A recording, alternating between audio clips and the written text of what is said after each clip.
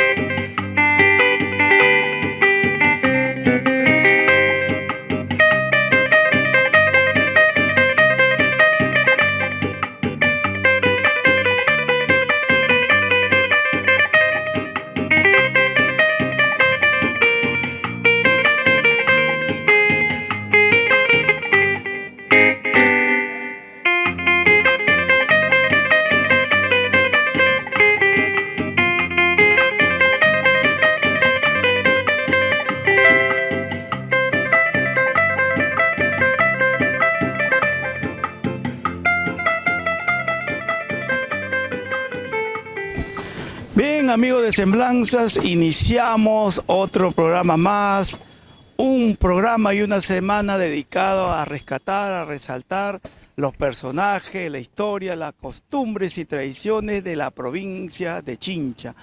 Y uno de los personajes que viene prestigiando a la cuna de campeones es alguien que se ha dedicado a estudiar la vida y obra del bate universal, César Vallejo. Nos referimos a nuestro comprovinciano Miguel Pachas Almeida, con quien vamos a conversar el día de hoy. Bienvenidos al programa de Semblanzas de esta semana.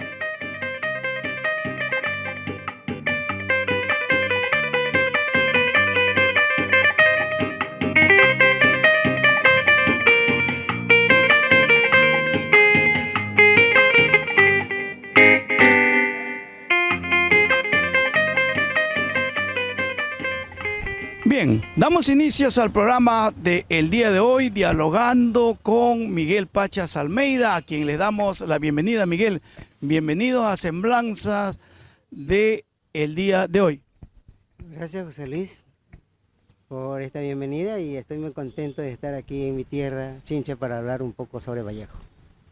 Antes de hablar, Miguel, sobre Vallejo, debemos de dar a conocer que tú eres de la provincia de Chincha, más específicamente natural del distrito de Sunampe. Ajá, y también del pueblo de Chaucablanca, ahora que se llama Santa Fe, ¿no? En efecto, y por cierto que cursaste tus estudios secundarios, gran parte en la institución educativa de jornada escolar completa, el Simón Bolívar, quien en los últimos años tú has visitado nuevamente. Bueno, sí, yo soy bolivariano de corazón. Siempre recuerdo a nuestros antiguos maestros y creo que el Simón Bolívar me ha dado mucho apoyo, mucha fortaleza para seguir adelante, ¿no? Miguel, ¿qué es lo que te empuja, qué es lo que te impulsa salir de tu terruño, de tu Sunampe, de tu Chincha, ser uno más de los que migran a la capital? Bueno, yo creo que me fui fundamentalmente porque no tenía ningún tipo de apoyo económico. No tenía familiares que me apoyaran. Lo único que me quedaba es emigrar a Lima para buscar nuevos horizontes, y allá también tuve que luchar mucho para seguir adelante, ¿no?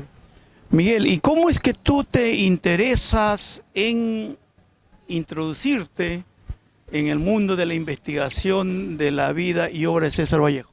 Bueno, todo empezó cuando empecé a estudiar a Georgette.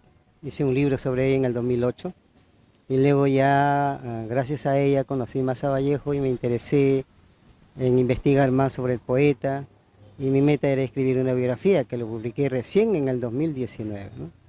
Miguel, este trabajo muy acucioso que tú has realizado a través de muchos años, te ha permitido abrirte puertas no solamente en el Perú, sino a nivel internacional. Bueno, sí, yo creo que siempre le agradezco a Vallejo. En el 2019 estuve en Madrid, España, y también en París, Francia. En el 2016 estuve en Uruguay, en Montevideo, en un congreso internacional sobre Vallejo. En el 2022, gracias a José Antonio Mazzotti, estuve en La Habana, Cuba. Y ahora último estuve, gracias a la Universidad César Vallejo, que me apoyó también, estuve en un congreso internacional que se realizó en Palermo, en Italia. Y en esas visitas donde tú has tenido la oportunidad de realizar ponencias, dar a conocer a Vallejo, ¿cuál es el sentir, cuál es la acogida a nuestro Bate Universal? Miren, en todos los lugares a que he podido llevar o he llegado para hablar sobre Vallejo, he descubierto que Vallejo es un personaje de talla universal. Muchos están interesados hasta qué punto su poesía nos debe sensibilizar para ser mejores humanos, y también sobre su trabajo, sobre sus ensayos, que nos permite ser entes más críticos. Creo que eso nos lleva a una conclusión de que Vallejo continúa vigente en pleno siglo XXI. Es una vigencia que quizás algunos todavía no asimilan la trascendencia de su producción literaria, porque Vallejo, desde un primer momento que comenzó a hacer sus publicaciones, tuvo demasiados detractores. Es cierto, han tenido muchos detractores, al inicio se burlaron mucho de su poesía, especialmente en Trilce.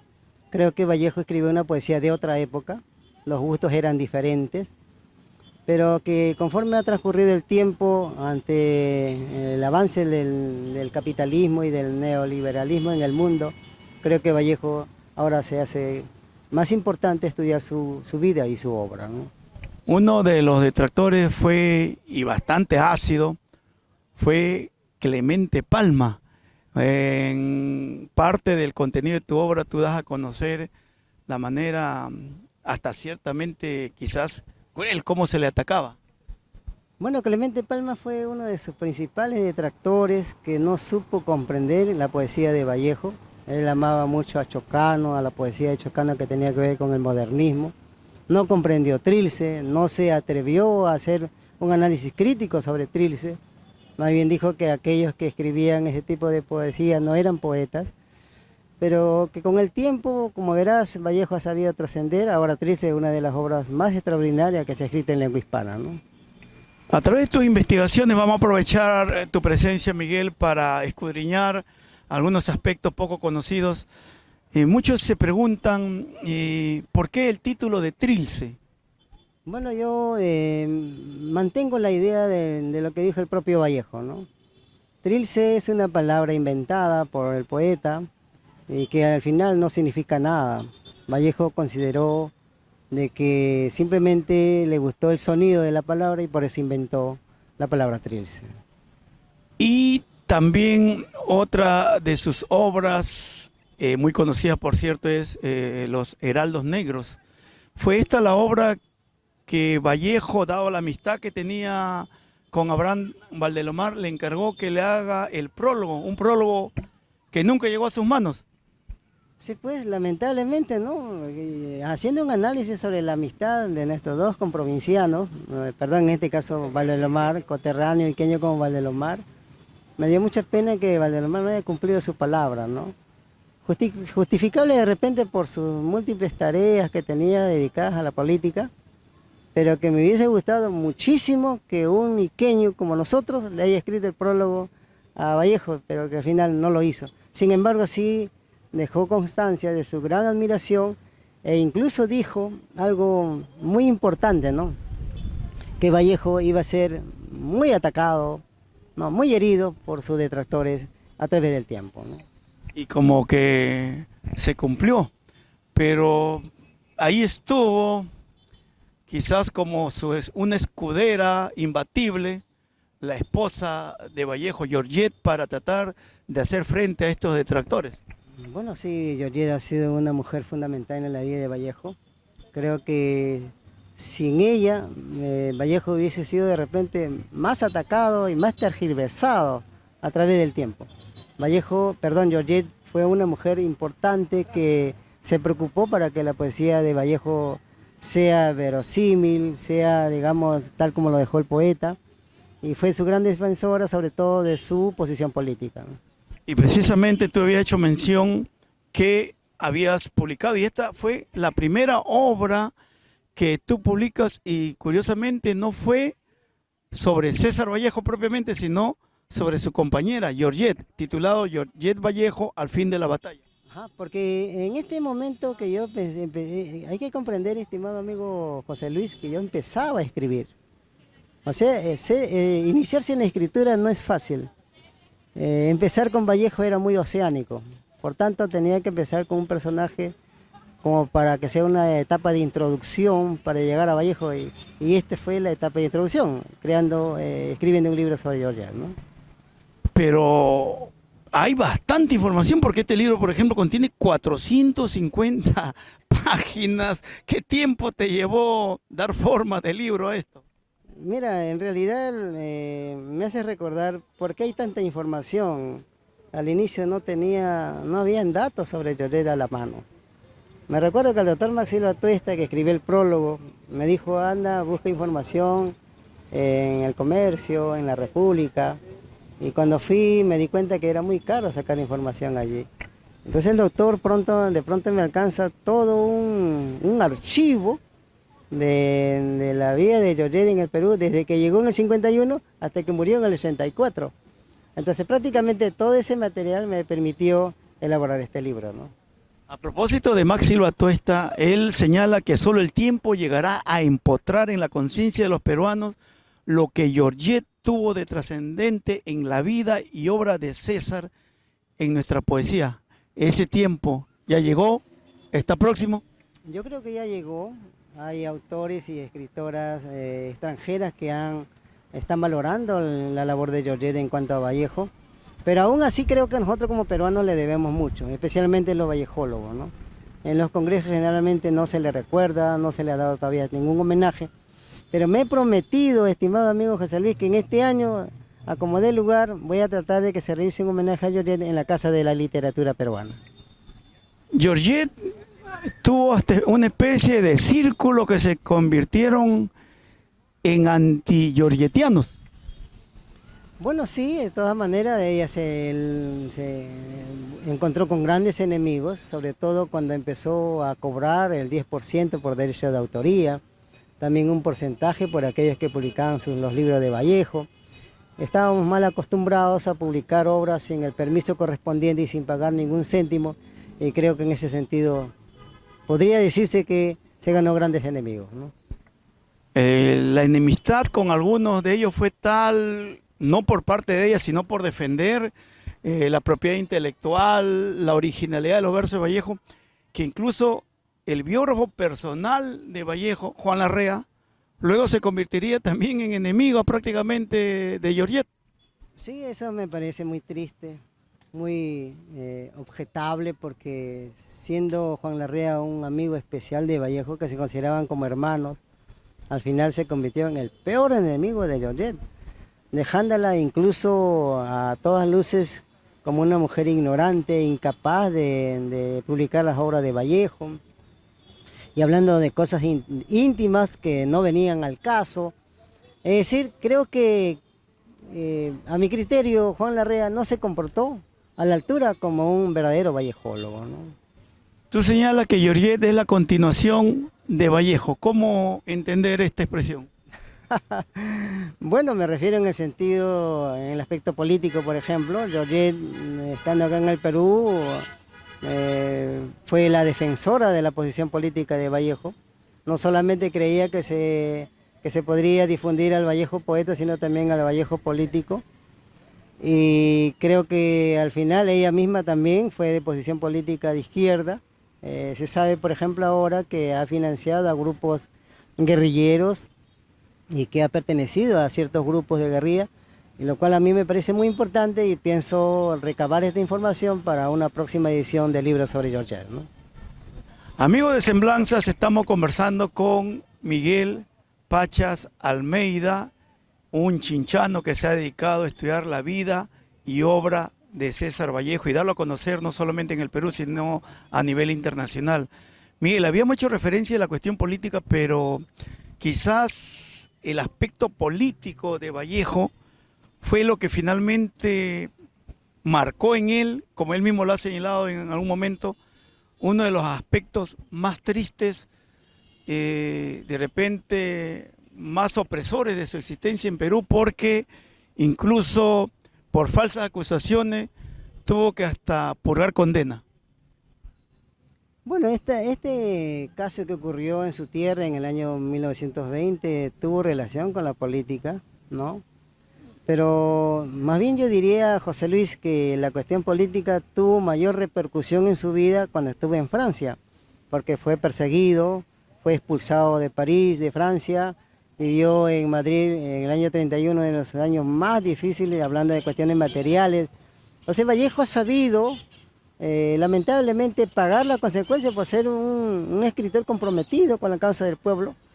Pero sin embargo, a pesar de todo, nos ha dejado grandes obras, importantes obras, que nosotros debemos leer y debemos conocer un poco más al Vallejo político, ¿no?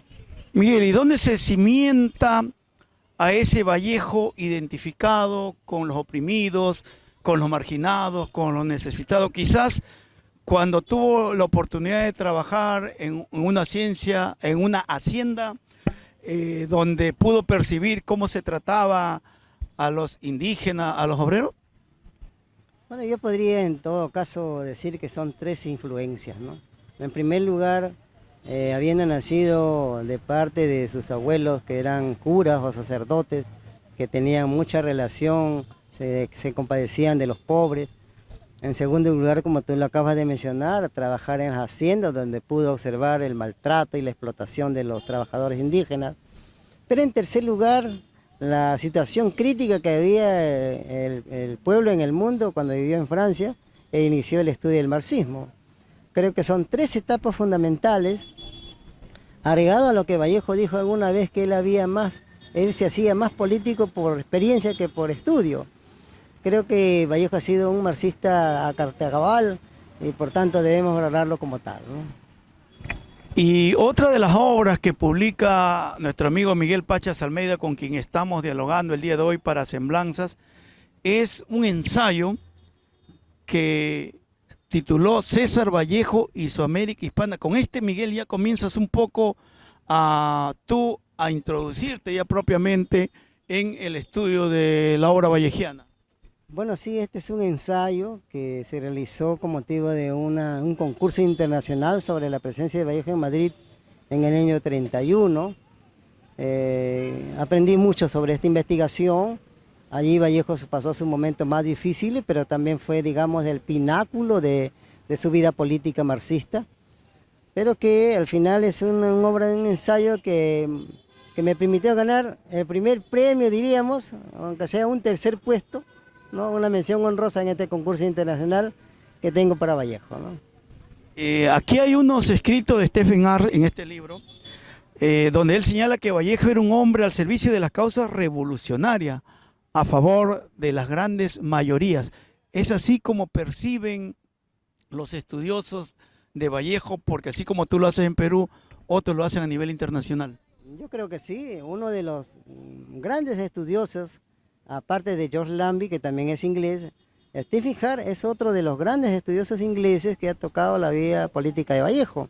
Curiosamente, un último de los diálogos que tuve con él cuando se llevó a cabo cerca de la Feria Internacional del Libro el año pasado, tomando un café, le pregunté a Stephen, ¿no? ¿Por qué, siendo tú un escritor inglés donde prevalece el capitalismo y el neoliberalismo, defiende la parte política de Vallejo, ¿no? Y me respondió algo muy importante que quiero compartir contigo, porque yo soy un escritor socialista. ¿Qué te parece?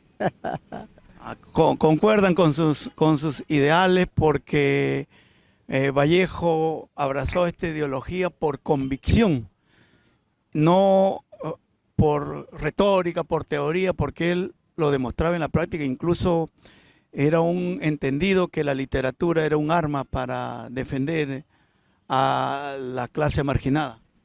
Claro, aquí concebimos ese Vallejo no político dogmático, no esos marxistas que él lo calificó como gramaticales. Es decir, Vallejo concebía la idea que la política debía estar al servicio del hombre y no el hombre al servicio de la política. Por eso que Vallejo yo le he catalogado en la biografía como un marxista heterodoxo que a muchos de hombres de izquierda en el Perú no les ha gustado. Por eso que hasta ahora no me han invitado ni siquiera para dar una conferencia sobre Vallejo. Y eso es no aceptar al verdadero Vallejo. Creo que debemos concebir de que Vallejo, más allá de la política, era un hombre humano que entendía que la única forma en que algún día nosotros vivamos en armonía es viendo que los seres humanos hemos nacido y vivimos en la tierra para ser felices y no para estar diferenciándonos en clases, y al final existe la explotación del hombre por el hombre.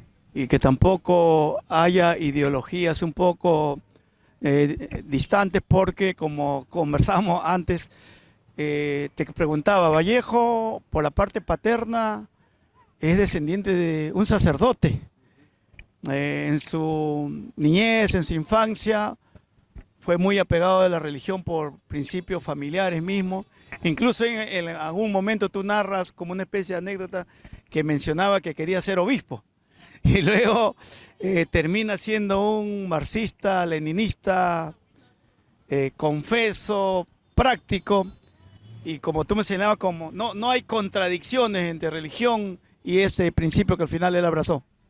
Sí, en efecto, creo que Vallejo ha limado ambas cosas.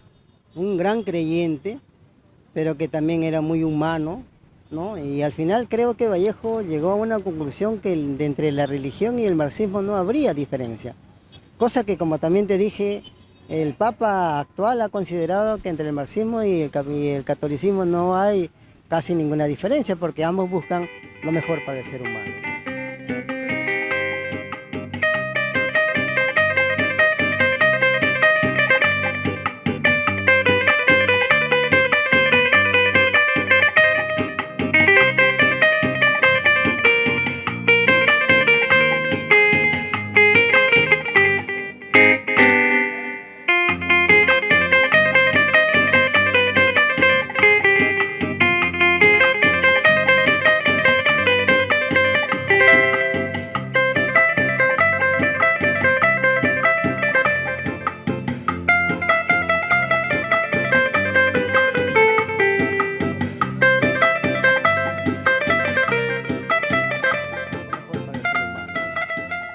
Amigos de Semblanzas, estamos el día de hoy dedicando el programa a nuestro comprovinciano Miguel Pachas Almeida, un estudioso de la vida y obra de César Vallejo. Y una de las obras más voluminosas que él ha podido publicar es la que tenemos acá, que cuenta con 650 páginas, que ha titulado Yo que tan solo he nacido, una biografía de César Vallejo, que es el trabajo más íntegro que ha realizado Miguel hasta el momento.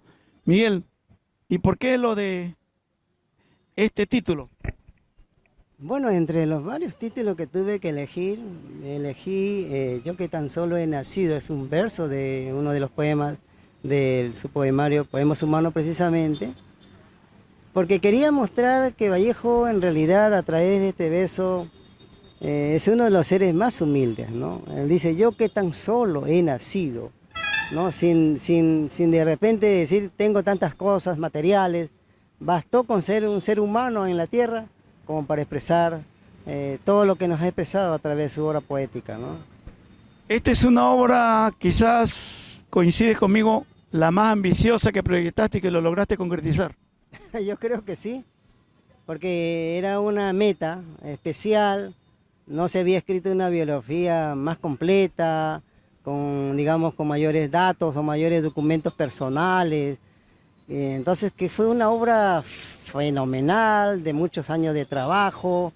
Creo que ha dado buenos resultados publicar este trabajo, porque ahora es una de las biografías más consultadas y estoy muy contento por eso. Y creo que es como una especie de premio para mi querida Chincha, José Luis.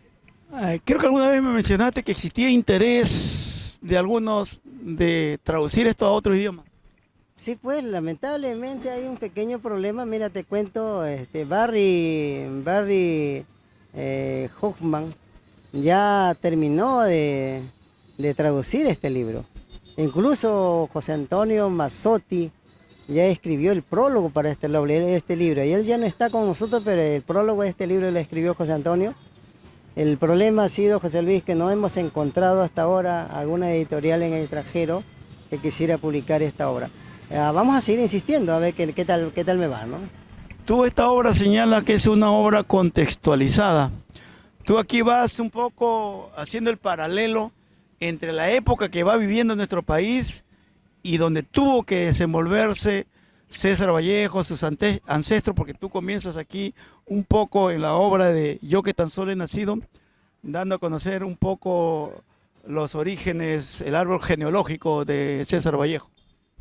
Mira, yo estaba pensando siempre que la única forma en que una biografía sea más importante es que haya una contextualización entre el hombre y su época, ¿no? Empezando de ese Vallejo, de dónde proviene, de su vida peruana en relación a la política que ocurría aquí en nuestro país, luego en el extranjero, de todo su labor que realizaba como periodista o poeta o dramaturgo, pero siempre relacionándolo con los aspectos fundamentales de la vida política, social, económica de Europa.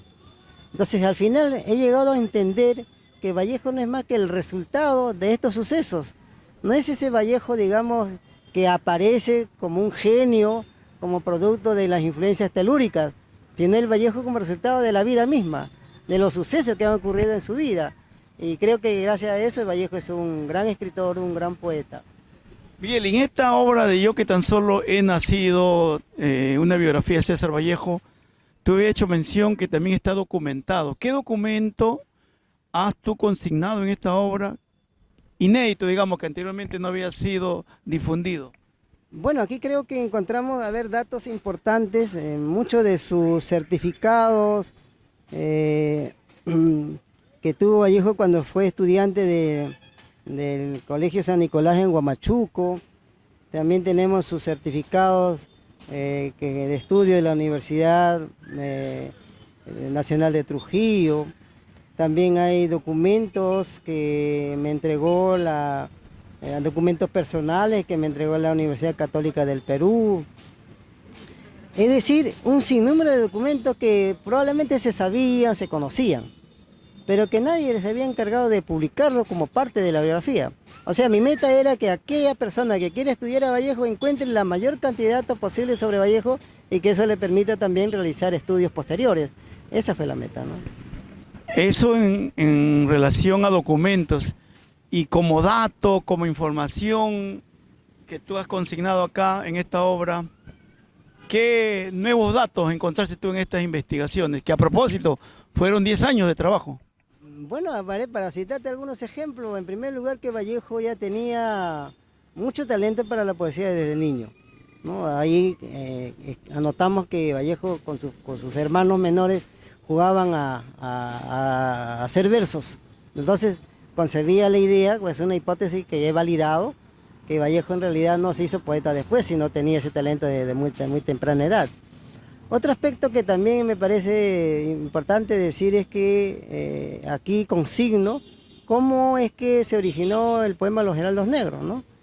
Que lo declamó en Trujillo en el año 17, y que apareció por un problema que tuvo entre sus hermanos en un triángulo amoroso, ¿no? Eso lo detallo aquí en esta obra, ¿no? Pero detállanos también para nosotros, cómo es que surge, cómo es que se inspira, cómo es que plasma los versos de los Heraldos Negros y que después pasó a ser título de una de sus publicaciones.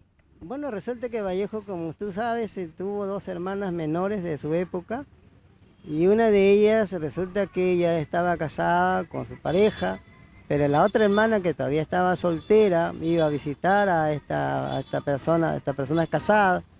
Y resulta que este señor también se enamora de la otra hermana soltera, ¿no? Y se forma el triángulo amoroso, ¿no?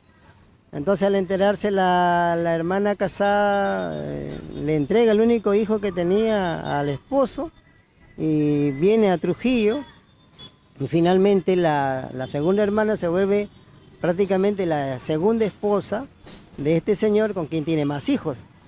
Al enterarse la familia de esta situación fue prácticamente un terremoto porque ya te imaginas los problemas que han ocurrido internamente. Vallejo estaba en Trujillo, se enteró del asunto, se cuenta que él se fue a tomar unos tragos tratando de olvidar la situación, luego regresó al hotel El Arco donde él se hospedaba, donde estaba su hermano, y allí dice que agarró un lapicero y un papel, tomó asiento y dio un golpe en la mesa y dijo, hay golpes en la vida tan fuertes, yo no sé. Bueno, así empezó. Interesante, amigo de Semblanza, la información que nos está proporcionando de primera mano, por cierto, porque él es el investigador o uno de los investigadores más reconocidos en Perú de la vida y obra de César Vallejo.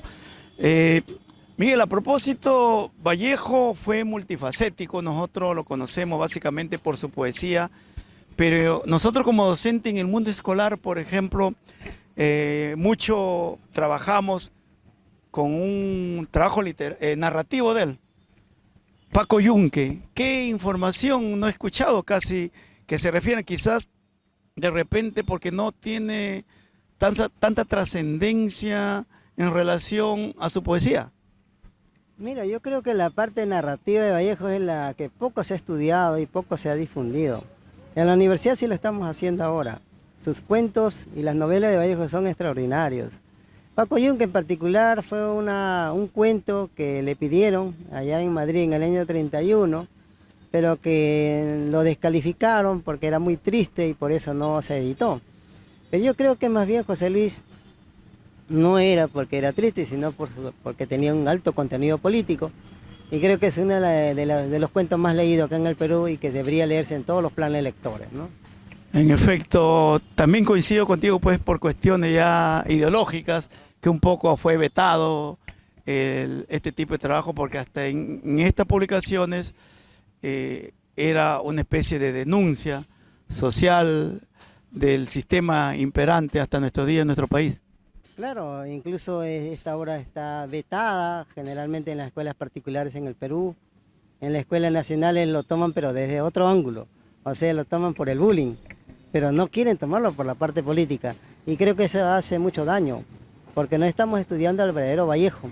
Alguna vez dijo Georgette una cosa muy importante, ¿no? A Vallejo no podemos tergiversarlo, no podemos cambiarlo, no podemos crear otro Vallejo. Por eso sería bueno que en la escuela se estudie a Vallejo tal como es, como un hombre político, como un escritor político, ¿no? Había hecho mención del campo de la docencia y Vallejo también fue docente. Y en el desempeño de este rol es que se produce una especie de conexión, digamos, con nada más ni nada menos que con nuestro indigenista Ciro Alegría. Sí, fue una relación muy importante. Creo que Vallejo como maestro nos enseña a nosotros los profesores a tener una buena relación armoniosa y respetuosa con nuestros estudiantes. Es curioso porque siempre le preguntaba cosas de la vida rutinaria, por ejemplo, cómo nadaba el pato en el pozo, cómo peleaba el pavo con la gallina, etc. O sea, me daba la impresión, José Luis, que Vallejo, a través de este diálogo en este caso con su estudiante, Ciro Alegría, me da la impresión que buscaba de alguna manera, de repente, digo yo, es una hipótesis, de repente crear poemas didácticos o de repente crear cuentos infantiles, ¿no? Me da la impresión. Pero aquí rescatamos al maestro Vallejo, que al final dijo algo muy importante que me gustaría que nuestros colegas chinchanos lo tengan en cuenta. Mira lo que dijo una vez, dijo algo muy importante. Nosotros los profesores no sabemos leer ni escribir, le dijo una vez, ¿no? A uno de sus colegas. Su colega es un poco molesto, le dijeron, ¿pero qué pasa, César? Pues explícanos, ¿qué significa eso? Vallejo le dijo, mire, nosotros como profesores no sabemos leer porque muchas veces jalamos o maltratamos a un estudiante porque no sabemos ni siquiera qué le está ocurriendo. No somos capaces de leer en su conducta, ¿no? En su rostro, qué es lo que está viviendo para que luego nosotros no tomemos en cuenta eso y a veces castigamos al estudiante. Y la otra parte dijo, no sabemos escribir porque en muchos de los casos nosotros tenemos bellas experiencias didácticas, pero nunca la publicamos. Y creo que en eso tenía mucha razón Vallejo, ¿no? A Vallejo muchos se forman la idea de un hombre triste, solitario. Incluso el mismo Ciro Alegría en algún momento señaló, hablando de Vallejo, que de todo su ser fluía una gran tristeza. Había algo profundamente desgarrado en aquel hombre que yo no entendí, sino sentí. Bueno, sí, a veces se le denotaba así. Georgette también ha manifestado que Vallejo tenía sus días o horas tristes. Pero yo concibo esta idea, ¿por qué Ciro Alegría concibió a Vallejo en ese momento? ¿Por qué lo observó así? Estaba haciendo un análisis y he encontrado de que Vallejo estaba en esos momentos así porque estaba sufriendo todos, digamos, los ataques de los doctos literarios trujillianos que siempre estaban en contra de sus poemas que publicaban en la prensa trujillana, y creo que ha sido un momento difícil para él. Pero en contraparte, Vallejo ha sido un hombre muy alegre, muy bromista, le gustaba poner chapas, así que fue más alegre que triste, creo yo, ¿no? Y Vallejo se relacionó en su época con intelectuales que la historia peruana lo resalta como personaje importante y hasta decisivo quizás en los sucesos, incluso políticos que se dieron. Vallejo se relacionó también con Víctor Raúl Haya de la Torre. Ajá, bueno, con ellos fueron compañeros de estudio. Fue interesante porque Víctor Raúl tenía problemas para exponer en las clases. Al final Vallejo le dijo, yo te voy a enseñar a cómo exponer, a cómo estudiar. Y Víctor Raúl le dijo, yo te voy a enseñar a jugar la pelota, porque a Vallejo no le gustaba jugar, ¿no? Fue una relación muy interesante, tanto acá en Lima, pero que en París la cosa ya cambió, porque como tú comprenderás, Vallejo ingresó al terreno del socialismo, mientras que Vallejo se enclaustró en el aprismo, y entonces ya se distanciaron completamente, ¿no? Y también en contraposición de ideologías está Luis Alberto Sánchez, que fue un confeso en señalar que no entendía hasta cierto punto la poesía de Vallejo, ni por qué, por ejemplo, había escrito Trilce. Sí, en un inicio, a pesar de ser un crítico ya casi consumado, el joven Luis Alberto Sánchez no entendió por qué Vallejo publicó una obra como Trilce, ¿no? Acostumbrado también con un oído modernista, no comprendía de hecho una obra de vanguardia. El aspecto político también mantuvieron cierta cercanía, pero tú sabes, Víctor Raúl se enfrascó en el APRA y al final entre la relación amical entre Vallejo y Sánchez también se distanció. Sánchez lo engañó prácticamente a Vallejo diciendo que no iba a viajar por cuestiones personales, que vivía en Chile en esa época, pero sin embargo después nos hemos enterado que no viajó por orden pues de Víctor Raúl de no asistir a un congreso que no había coincidencia política con el APRA, ¿no? Amigos de Semblanza, estamos dedicando el programa del día de hoy a dialogar con Miguel Pachas Almeida, un chinchano estudioso de la vida y obra de César Vallejo. Miguel, y entre los personajes que estamos tratando de dar a conocer que se relacionaron con César Vallejo y luego cuando él fallece, hubieron algunos que siguieron valorando como debe ser la obra de Vallejo y hasta como que heredaron algunos de las pertenencias, digamos, de Vallejo. Uno de ellos fue el sobrino de Abraham Valdelomar, Fernando de Silos, con quien tuviste una amistad. Bueno, sí, yo tuve la suerte de conocer a don Fernando, nuestro gran pintor nacional, sobre todo porque él fue un hombre que estuvo muy cerca de Georgette, incluso mereció la entrega de algunos manuscritos y documentos personales de Vallejo. Y creo que don Fernando de Silos en alguna oportunidad ha manifestado de que él observó el manuscrito del poemario Los Heraldos Negros, ¿no? Cosa que con el tiempo se ha perdido. Pero sí, me parece muy interesante que don Fernando de Silos haya sido una persona que más quiso y honró la memoria de nuestra querida Georgette, ¿no? Y otro de los intelectuales peruanos, historiador en este caso, que respaldó a Vallejo, esta vez a través de Georgette, fue Raúl Porras Barrenechea, quien tengo entendido que apoyó la publicación de la obra póstuma Poemas Humanos y hasta financió. Bueno, eso es una parte muy, muy importante. También es prácticamente Raúl Porras viene a ser nuestro paisano. Mira qué coincidencia, Valdelomar, Raúl Porras, que cuando Vallejo estaba enfermo fue el primero que se entrevistó con los representantes del Perú en la delegación peruana para hospitalizar a Vallejo. Y luego fue el primero que también con Georgette financió la publicación de Poemas Humanos en el año 39. Y también habría sido el artífice de que Georgette venga al Perú en el año 51. Es decir, todavía hemos dejado un poco olvidado lamentablemente a Raúl Porras en este aspecto. E incluso he visto en su trayectoria de vida que publica en la casa de Raúl Porras, no aparece esa relación que tuvo con Georgette. No entiendo por qué no ocurre eso. Pero nosotros, al menos como chinchanos, estamos muy agradecidos con Raúl Porras, ¿no? Miguel, y ya un poco dejando quizás unos instantes lo de Vallejo, y hablando de personajes, tú también te relacionaste en los últimos tiempos con uno de los grandes de la narrativa peruana, Antonio Gálvez Ronceros. Sí, mira, qué curioso, ¿no? Yo siempre había escuchado de don José Antonio, pero nunca pensé conocerlo personalmente. Creo que a raíz de la propuesta tuya de empezar con la feria acá en la Feria de Libros, acá en Chincha, me vi obligado a buscarlo. Y lo encontré como un prototipo chinchano neto, ¿no? En su forma de hablar, su picardía. Incluso vivía cerca de un parque donde creo que escuchaba la chauca que ahí estaba cantando.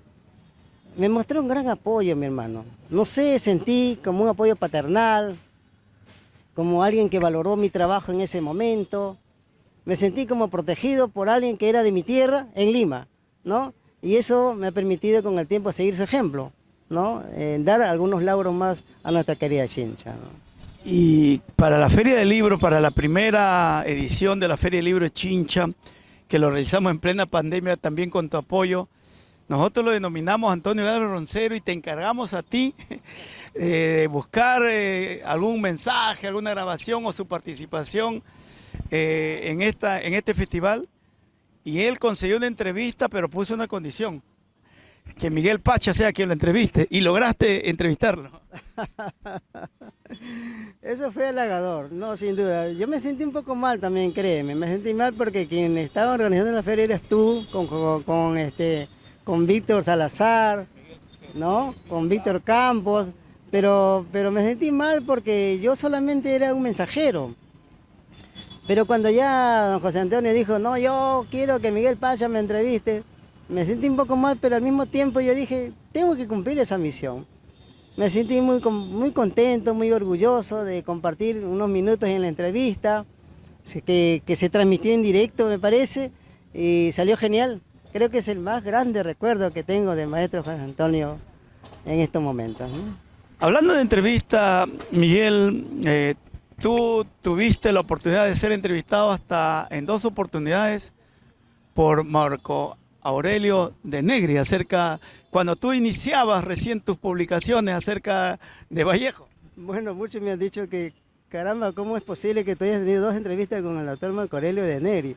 Entrevistas muy, digamos, muy debatibles, porque me pareció algo curioso. Comparto contigo la experiencia. Nos encontramos en la sala de maquillaje. En la antesala. En la antesala. Y hablé con él, se mostró muy amable, pero cuando empezó a preguntar y ante cámara se transformó, ¿no? Empezó a mostrarse como un verdadero anti-georgetiano. Y para mí me sorprendió porque yo había tenido antes otra entrevista con otro, digamos, periodista del mismo canal, que no recuerdo su nombre, pero que fue una entrevista muy pacífica, solamente preguntas y respuestas, pero no. Marco Aurelio se presentó como alguien que más bien atacaba a Georgette y yo que tenía que argumentar por qué Georgette era muy importante en la vida de Vallejo. Fue un programa sensacional, ¿no? Que espero que ustedes lo puedan ver a través de YouTube, ¿no?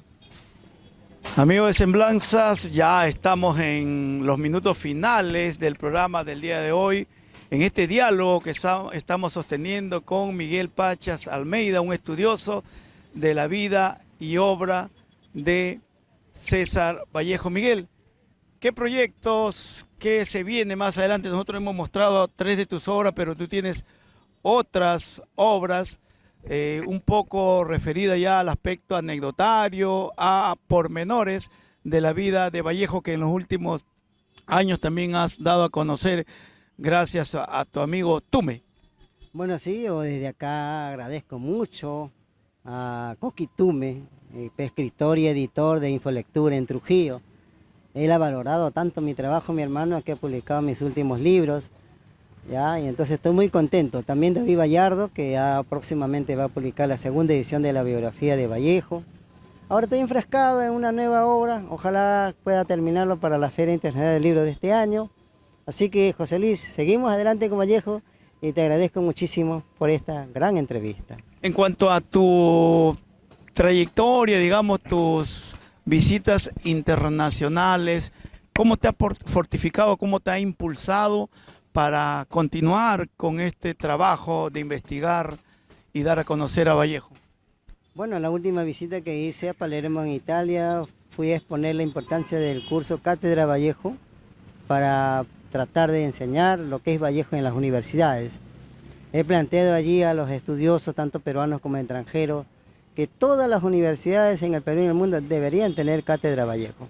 ¿Por qué? Porque la poesía, como te dije alguna vez, es importante la poesía de Vallejo para sensibilizarnos en un momento que vivimos con mucho individualismo y falta de solidaridad. Y también por otra parte, por la cuestión crítica, que sería a través de sus ensayos. Creo que participar en los congresos me ha permitido, digamos, tener una idea más amplia de la importancia de Vallejo tanto en el Perú como en el mundo. Y estamos en ese tema de continuar adelante, amigo José Luis. Y tú desde hace 1 o 2 años atrás creo que tienes la responsabilidad, o te han dado la responsabilidad de dictar precisamente la cátedra sobre Vallejo en la universidad del mismo nombre. Mira, qué interesante, ¿no? Yo he enseñado, ya tengo varios años enseñando cátedra Vallejo en la universidad del mismo nombre, y he encontrado que los estudiantes son muy asequibles al mensaje del poeta, ¿no? Ellos al inicio se preguntaban, pero ¿por qué yo estudiando abogacía tengo que estudiar a Vallejo? Eso me va a aburrir. Hasta que un día, no uno, sino varios alumnos se han acercado y me han dicho, profesor Pacha, la verdad, yo estoy muy contento de llevar cátedra Vallejo, porque me está enseñando a ser más sensible, más comprensivo de lo que nos ocurre en la sociedad y también más crítico ante los eventos que están pasando en nuestro país. Y entonces, ¿eso qué significa? Que Vallejo sí cambia la mentalidad de los seres humanos. Por eso que estoy propiciando la idea de que la cátedra Vallejo se dicte en todas las universidades, tanto en el Perú como en el extranjero. Miguel, en los últimos años, ya para ir cerrando, tú has tenido la oportunidad de contribuir a la organización de la Feria del Libro gracias a nuestro pedido. Has estado presente en algunas de las actividades que se han programado. ¿Cómo percibes el interés de los chinchanos por sus autores, por su literatura? Mira, yo sí creo que hay un gran interés de nuestros provincianos sobre nuestros autores chinchanos, tanto hombres como mujeres. Y ahora más aún todavía estoy más contento viendo el panorama de que José Luis Salazar tiene una biblioteca especializada sobre nuestros autores chinchanos, que espero que a través de tu programa conozcamos un poco más y empecemos a estudiar el valor que tiene la literatura para Chincha y para el Perú, ¿no? Bien, dice la letra de una canción, todo tiene su final, nada dura para siempre, y hoy ha sido para nosotros un honor tener a nuestro compromisiano en nuestro programa Semblanzas, porque en Semblanzas siempre damos espacio a lo nuestro, quizás ahí batallando incomprensiblemente para tratar de que se conozcan los personajes, se conozcan la historia, se conozca la tradición de Chincha, para de esta manera ir haciendo que la juventud, las nuevas generaciones valoren a nuestra provincia. Miguel, te agradecemos el haber estado una vez más en nuestro programa y por supuesto que habrán motivos, habrán trabajos para más adelante continuar dialogando. Gracias. Gracias, José Luis, y sigue adelante difundiendo lo nuestro, nuestra querida Chincha. Muy bien, de esta manera Miguel Pachas Almeida estuvo en Semblanzas, programa de esta semana.